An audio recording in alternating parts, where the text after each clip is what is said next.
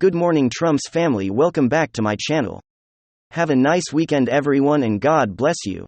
Alright, let's get into the news this Saturday morning. And it looks like this womp was unable to keep Kari Lake from winning her primary in the state of Arizona, out seeing the back Pence, and became candidate and actually representing Arizona, officially ending their reign in the state of Arizona. Hopefully now Arizona has a chance to elect a real leader, a real governor of that state who will lead them to prosperity and into a state where they can have liberty, freedom, and of course, knowing that their elections will be fee-free and fair and transparent. So Kari Lake, especially to winter after a couple of days. I'm surprised Fox News didn't call it for the other candidate. 2 minutes after the polls closed. Very, very surprised. They didn't. I'm sure they really want it to, but I think it would be a little bit too obvious that what they want to do in Arizona. Even Meghan McCain sat there and she tweeted out that Kari Lake would be screaming at the television, when truly it's been Meghan McCain screaming that television with her last box of wine, and her tattle around her as she sees the legacy of her lying father come to an end in the state of Arizona. So what a great victory for Kari Lake and every freedom-loving American in this nation. So let's go and dive into it. Coming to us. It says breaking election deaths headquarters. AP called the race. Kari Lake wins GOP primary in Arizona. Kari wins every county in Arizona. What a huge win, right? Decision Desk headquarters announced on Thursday night that Kari Lake was the winner of the Arizona GOP gubernatorial primary. There we go. Results are in. She's won every county in Arizona. ABC and the Associated Press also announced Kari Lake was the winner of tonight's after she picked up 1,000 of the remaining ballots. Crept Arizona if Arizona officials stopped counting on Tuesday night after Kari pulled ahead in her race. The state officials then took most of Wednesday off and only released 5,000 more ballots by the end of the day. Tonight they dumped several 1,000s more votes that put Kari over the top. Kari Lake released a message tonight. Kari Lake declares victory in Arizona, and she said this is more than an election. It's a beautiful movement by so many people across our beautiful state to finally put Arizona first. Kari Lake released the following statement. She says through the results took longer than they should have. Arizonas who have been forgotten by the establishment just delivered a political earthquake. My opponent, Katie Hobbs, had one job in government, and that was to ensure an efficient process election. She failed spectacularly. And yet, just like the other failed establishment politicians, now she wants a promotion. Arizona just sent a clear message: our state is done with failed politicians like Katie Hobbs. This is more than an election. It's a beautiful movement by so many people across our state. To finally put Arizona first, our renewed Republican Party is now coming together to fight for a brighter and more prosperous future. For every Arizona. We will stop schools from indoctrinating our children, stop government bureaucrats from shutting down businesses and our livelihoods. We will get our homeless off the street, invest in our families, and protect the quality of life in our neighborhoods. We will put an end to the fentanyl, human trafficking, the drugs flowing across our open borders starting tonight. We fight to defeat the radical, corrupt, incompetent Democrats and put our government back in the hands of the great people of Arizona. So there you go. You got the big win there for Kari Lake. What a fantastic victory. A clean sweep of MAGA candidates that will now fight against Democrat and Trent's globalist establishment. Alright, let's talk about this crazy liberal logic, this Democrat Biden regime logic. Let me play you this from CNN. This is regarding the WNBA player in Russia, who was looking at 9.5 years in prison for having she brought some vape cartridges, and some vape cartridges that she brought into Russia had cannabis in it, which is against the law, is illegal in Russia even for medicinal purposes. Merchant of Death. I didn't know his name. But I remember hearing about the arrest of the Merchant of Death. An arms deal to Taliban and Al-Qaeda, and we want to trade that guy for a WNBA player who hates America, doesn't want the who calls America racist, and petition to not have the national anthem before games. So I don't care about her cannabis. That's her business. But I hate that she hates America, that she calls America racist, but she wants America to come to her rescue. Isn't that just dandy? Talking about coming to the rescue. We got Daddy coming to the rescue of his little daughter who is getting decimated in her home state of Wyoming. This is what I call the Liz ad with Dad. This is our dad. Liz Cheney's latest political ad has her father, Dick Cheney, another merchant of death. Oh, yeah. Just to remind you. He is famous for lying about the WMDs in Iraq and Iraqi connections to 911, which of course got us in the Iraqi war, guys, and Afghanistan, of course, made billions for Halliburton and cost us trillions of dollars. Yeah, he is a merchant of death and a warmonger supreme. And he wants you in Wyoming to vote for his little girl. But here's the crazy part about this ad. He reveals quite unabashedly what this is really about, and something that I've been talking about, and we Consorted have been talking about since November of a few years ago. And actually probably predating that as well. Listen to this ridiculous ad. It's all about keeping Donald John Trump out of the Oval Office. Now I listened to this ad and I didn't catch it right away. Because I know that Liz Cheney's from Wyoming, but it was pointed out by Wendell, who said Eusebio Gustavo, over at the Breitbart. Representative Liz Cheney's ad featuring former Vice President Dick Cheney omitted any mention of the state in which late Liz Cheney is trying to win, Wyoming. She is down by 30 points in the polls in her states. But CNN had her on and they're already running the rumor mill about Cheney being a possible 2024 run. Because you as voters are ready for a woman to run things. We need a woman to run things, even though she just had her daddy come and do an ad for her. The hubris of these people is bigger than is hard, bigger than I can fathom. They said that President Trump had an ego. President Trump was a billionaire, not from war for more money or daddy's money. He was a billionaire building something that was tangible, a brand. He had lots of successes under his belt. But Liz Cheney, who if everything is on the up and up is going to lose spectacularly in her home state, is maybe the person for 2024. So almost like laughing when they talk about Beto O'Rourke in Texas. I mean, the guy's a loser in his own state, but he's going to win the national elections. Remember that? Ridiculous. That's how the people in establishment roll. They got hubris galore. I can appreciate this. I can tell you, one of the reasons why I'm successful in life, folks, I've been successful in life. I've been married to the same woman, the only woman. I'm traditional, right? So I've been married to one woman my entire life. I have all my children with her. I've no children out of wedlock. All of my children are with my beautiful wife of 20 plus 25 plus years now. I have 4 children in college or off to college. It's summer, but they start in a few weeks. And I've had several successful businesses, from a financing business to an internet business, and we're talking about I even owned a barbershop and beauty salon. Silent partner and in an online auto dealership. I mean, I've been successful in life. I was the vice president for a bank. You know why? Because this is gonna sound weird. Like Liz Cheney. I had a Dick Cheney. My mom and dad have always told me, you can do it. You're smart. This is a land of opportunity. Go for it, and what have you? And one of my biggest cheerleaders are my wife and my dad. So Liz Cheney hubris, maybe because she's encouraged by her parents. And also, blood money. Blood money can buy a lot of people off. But I digress. Let's get into someone who is winning, who does have a track record. And if or when President Trump is no longer in running for the presidency, I'm thinking probably like 2028. It's going to be Ron DeSantis. On the Republican side, bar none. And he did us a solid. He did a state of solid, but he sent me an example. He ousted a Soros puppet.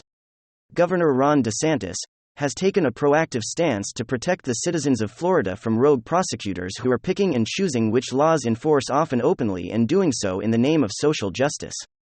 Yesterday, Governor DeSantis announced effective immediately this suspension of State Attorney Andrew Warren, a Florida 13-digit judicial district.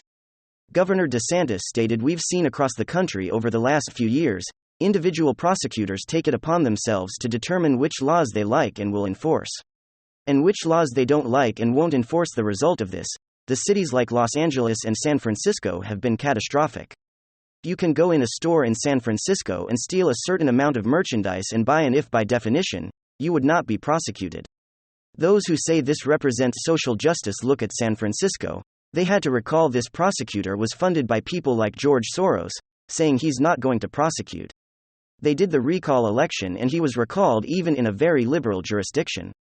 But the places that voted to keep him, or the affluent communities who are not bearing the brunt of the policies. The places that voted to recall him are the working class communities because they bear the burden of ignorance and refusal to enforce the law. Now, what happened was, City Attorney Warren had sent a letter that he would not enforce a prohibition on any certain operations done to minors, and he just didn't want to obey the law. And once again, these Soros, Obama's The Soros Guide on the District Attorneys have wreaked havoc mostly in blue places. And Governor DeSantis said not in our state, we're ousting this clown, so Soros-backed state attorney gone, bravo, ousted. How about this Georgia law? This is very interesting. And of course it's going to, I imagine, cause fits among the Roe v. Wade, the Roe v. Wade lovers.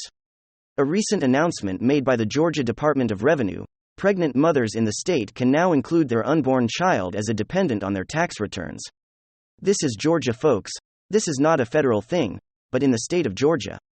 Quote, in light of the June 24, 2022, U.S. Supreme Court ruling in Dallas versus Jackson's Women's Health, the department will recognize any unborn child with detectable human heartbeat as eligible for the Georgia Individual Income Tax Dependent Exemption on individual income tax returns for the tax year 2022. A taxpayer with an unborn child or children with a detectable human heartbeat, which may occur as early as 6 weeks gestation, may claim a $3,000 dependent personal exemption for each unborn child, similar to any other degree deduction on an income tax return. Relevant medical records or other supporting documentation shall be provided to support the dependent deduction claimed if requested by the department. Wow, that's a very powerful tax advantage.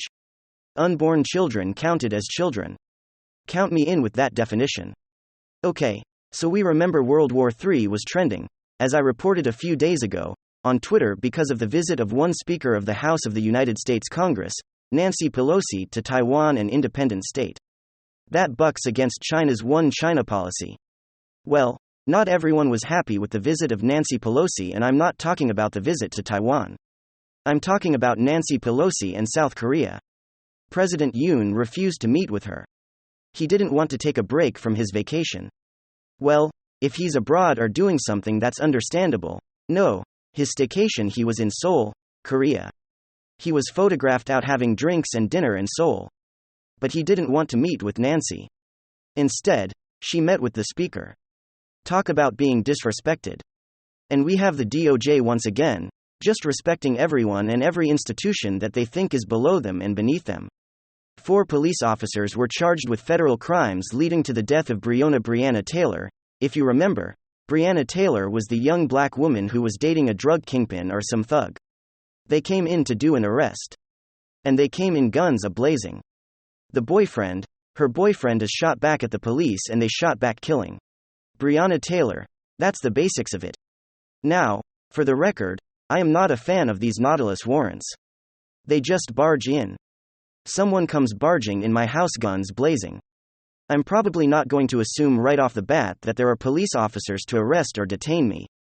And we do have a right, especially if you believe like I do in Castle Doctrine, to defend yourself in your home.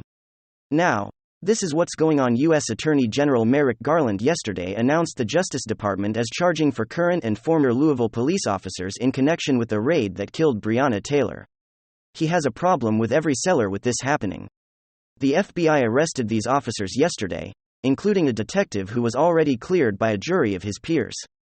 In September 2020, Kentucky Attorney General Daniel Cameron announced there will be no charges filed against 2 of the Louisville police officers involved in the shooting of Breonna Taylor, while the third was charged with wanton endangerment. Detective Brett Hankinson was indicted on 3 counts of wanton endangerment in the first degree by a grand jury. He could have gotten 1 to 5 years, but a jury in March of this year found Hankinson not guilty on all 3 counts. And he walked, but nope. Merrick Garland wants to go after him. Not after the BLM or the anti-fur crowd or other thugs. But police officers who, where they are. They're allowed to do these Nautilus warrants. They did it, and it escalated to a shootout in which they had to shoot to defend themselves. Once again. In that state, that's how they're able to do it. Wow. By the way, I forgot to mention, going back to Nancy Pelosi, that today the Chinese Foreign Ministry announced they will take a series of 8 measures against the administration of Joe Biden, including halting climate talks and military coordination in direct response to the visit to Taiwan, a Speaker Nancy Pelosi. So, the Communist Party has ignored what's going on, and they're now going to cancel the China-US theater commanders talk. They canceled the China-US Defense Policy Coordination, canceling China-US Military Maritime Consultative Agreement, suspending the US-China cooperation on the repatriation of illegal immigrants, suspending China-US cooperation on legal assistance in criminal matters, suspending China-US cooperation against transnational crimes, suspending China. That's not good for lots of reasons. Talking about the crimes of China, transnational crimes, there's a lot of money in Oregon's on the sand. And I'm not talking about the type they play at church. Suspending China-US counter-narcotics cooperation, I know the cartels on the border loving it, more fentanyl to smuggle into United States and kill our American citizens. Suspending China-US talks on climate change, the last one really hurts the leftist because that's their excuse up sorry reason for the Great Reset. So there you go.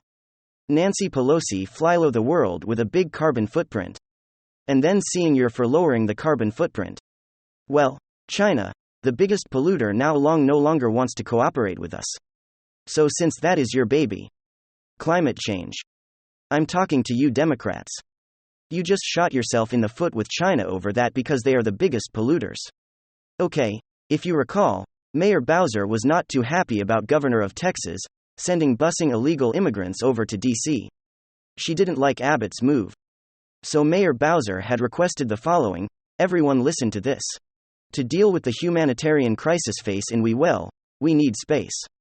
And we need the federal government stay involved.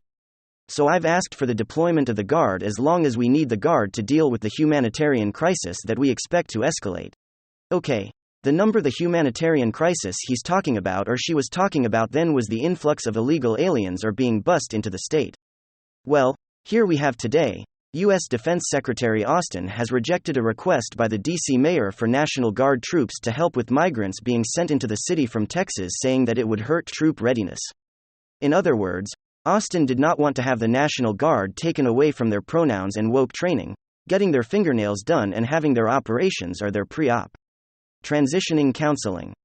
You don't want to get away from that, from their inclusive needs and CRT online training.